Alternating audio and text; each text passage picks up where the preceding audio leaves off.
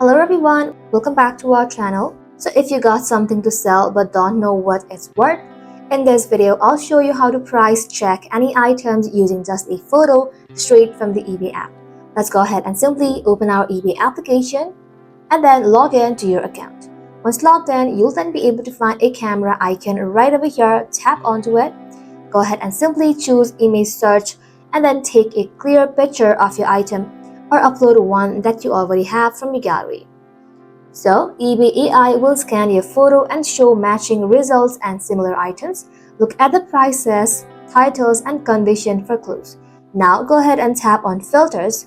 Scroll below, then tap on Show More, and then you want to go ahead and toggle on Sold Items. This reveals what people actually paid, not just the asking price.